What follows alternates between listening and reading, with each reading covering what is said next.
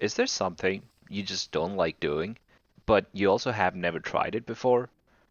I don't know, maybe pineapples on pizza, or maybe your fries dipped in soft serve? Not sure, but for me, as a turner, it's always been turning spindles. Not sure what it is, but since the beginning, I've always wanted to turn bowls. I even built my setup around it. However, that all kind of changed in the last video when I was turning some spindles, and I thought to myself, this is actually not that bad. I think today was one of those days when trying something new really worked out for me. Also, if you haven't tried your fries dipped in soft serve, give it a try. It's pretty good. Okay, so this here is a piece of walnut. I had it in my shop for about a year now, and it had been sitting outside before that. With the narrow diameter and all the cracks, I couldn't get a good bowl out of this, even if I tried. The grain, however, you will see later is incredibly beautiful. Makes this the perfect piece for trying something new. What's new is, at this point, I've been suggested enough times to turn something other than a bowl. What could that be? And then I sort of went back to how most people begin wood turning, and how you do it is you make a vase. A vase is perfect because you can use the existing shape of the wood and then make some adjustments. The problem is that I barely have any tools that I can use for end grain work, and I have even fewer skills. But that's not gonna stop me from trying, and it shouldn't stop you either.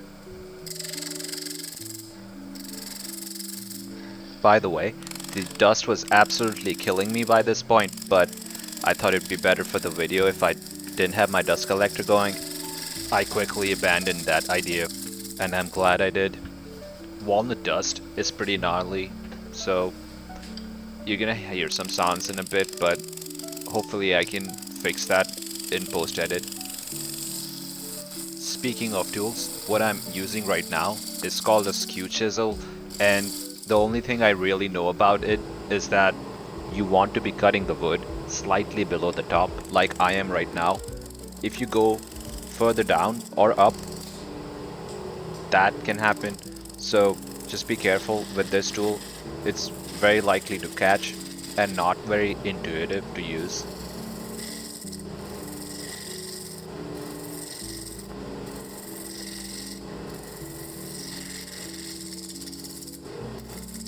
Whoops.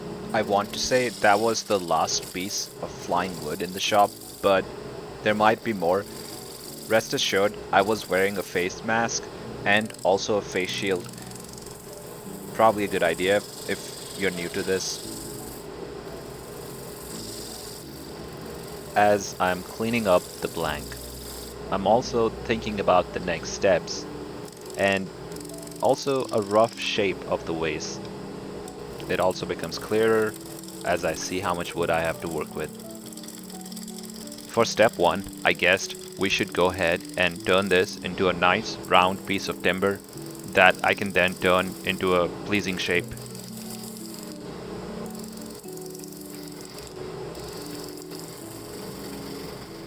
Up until this point, I wouldn't lie, this process was super satisfying, and I think I'm happy with the blank I have. Now I need to just turn it around so I can hold it in my chuck and start shaping it. In wood turning, we will turn our pieces in multiple ways. I think that just adds to the mystique of the piece and makes people wonder how the final product was actually made. I do think that's one of the fun things about wood turning. So far, I'm on my way to make a foot so I can hold it in my chuck, but as I'm pointing to here, I discovered a little knot in the piece, and that will not do. I'm gonna have to cut further into the spindle. The final waist will be shorter, but the footing will be more secure this way. Generally, wood takes about an year for every inch of thickness to air dry. This piece has been in my shop for a year, and it was kind of dry when I got it. So now that when I finally get to the center, I was expecting it to be pretty bone dry. Given that the piece itself is around 2 inches, I was surprised to see it really wasn't. Really makes me wonder if walnut is somehow able to retain more moisture than other woods, or is it just my spindle that was left outside?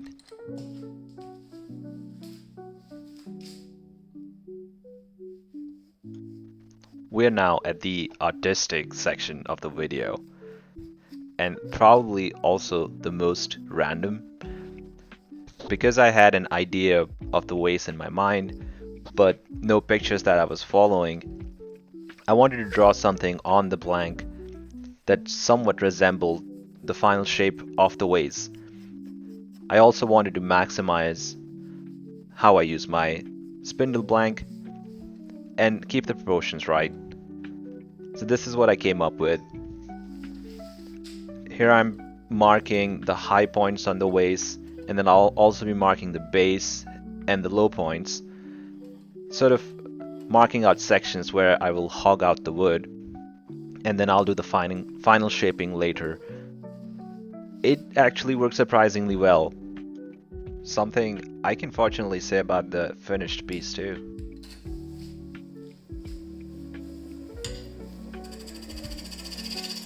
Here I am using a half-inch spindle gouge. Before this, the spindle gouge was only used for cross-grain work. This is the first time I'm actually using it for what it was supposed to do. Quite excited.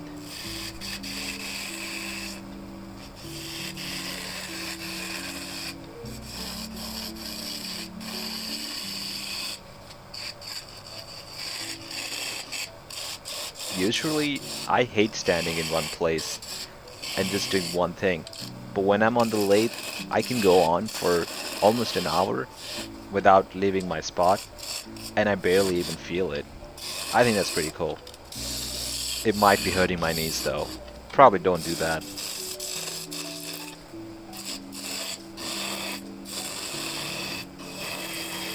At this point, I had a vision of a vase with a narrow neck and a pretty flayed out opening at the top.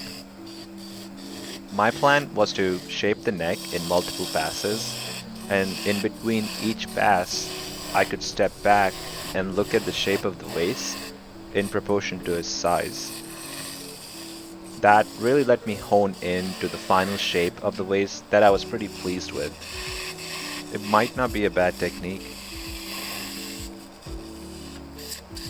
It was important for me to take smaller and lighter cuts at this point because every mistake I make from here on out will essentially result in a smaller vase. By the end, I wanted to end up with something that could at least hold one stem, preferably more. Fortunately, I did not have any catastrophic issues by the end. I just enjoyed my time cleaning up the piece, getting it just the right shape so I could start standing.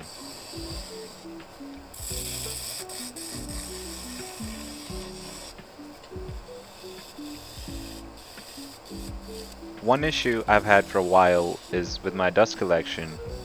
The actual dust collector works pretty well. However, the suction end piece in the back over there is impossible to balance on my lathe. Also now that I'm recording, there is noise levels I need to think about. The reason I'm telling you this is because I myself have a pretty unorthodox dust collection system. Maybe I'll show you one day and maybe it will help. But if you had any suggestions on how I could improve my situation, please let me know. I would love to hear your thoughts in the comments and I'll be very grateful. Sometimes when I'm doing cleanup work like this, I can make a lot of dust. I like to wear a mask, but I would still like to have the option to run my dust collector if I needed to.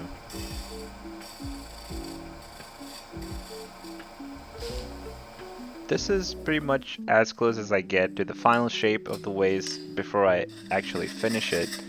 I'm going to go up top and give this vase a clean opening. Just a few more passes and I'll be ready to put some finish on the outside. For my finish, I like to use dung oil and beeswax, the tried and tested. I know you can make abrasive finish pastes that I really want to experiment with. Probably something I would do if this channel picks up. I really want to play around with those and see what kind of finish I can get, especially on some higher quality wood like walnut here.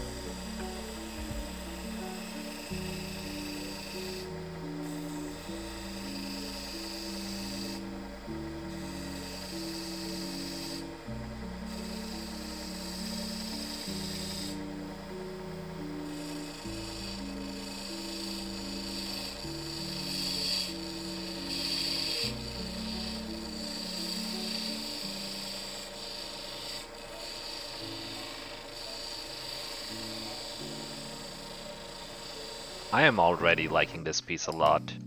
Very excited to see the finished surface. Sanding end grain is interesting.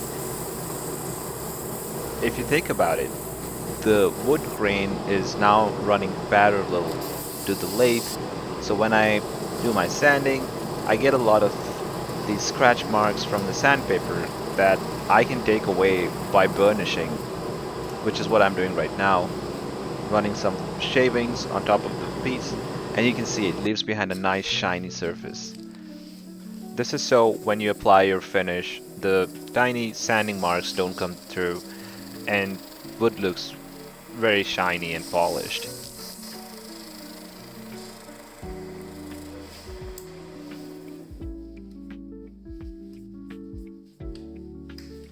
Before I can take it off the lathe, for one of the last steps, I wanted to drill out the center.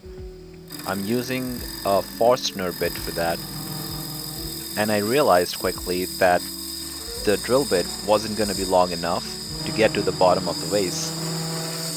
I ended up ordering an extension online, but then I had to wait a day for it to be delivered. Somehow that felt much longer than 24 hours. But once the extension got here, it worked phenomenally, and I was pretty happy with how well this was progressing.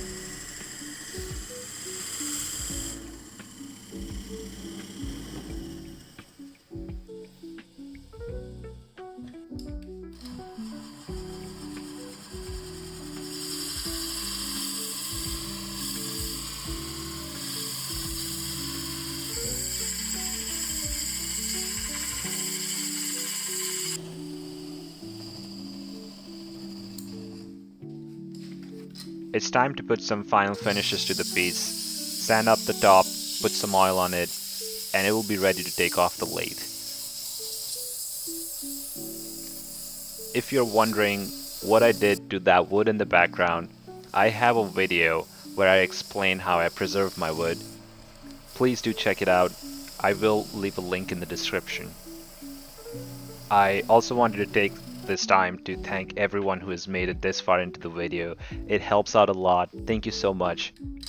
If you did enjoy what you see, please consider leaving a like and becoming a subscriber. It really helps out the channel, and it also tells me what kind of videos I should make for you next.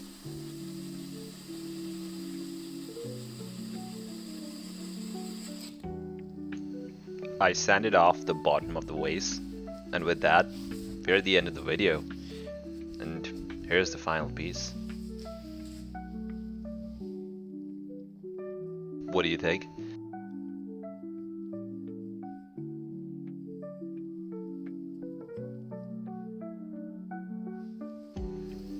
Doesn't the grain look amazing? I'm also really liking the top. This wood certainly had a lot of character in it. Thank you again for watching, and please let me know in the comments what you'd like to see from me next.